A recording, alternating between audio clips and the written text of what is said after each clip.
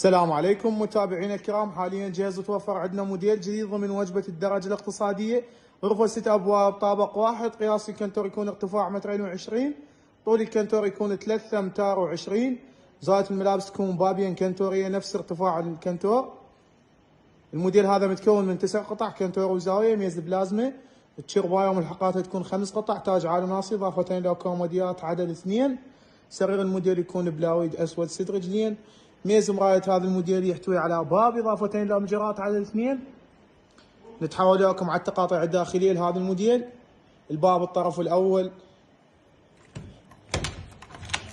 يحتوي على رف، نظام الفتح والشيط قفيص والرمادة على طول الباب. الداخل يكون معاكس خشب ابيض 3 ملم، والخارج يكون MDF 6 ملم بهالتحشاء هذه.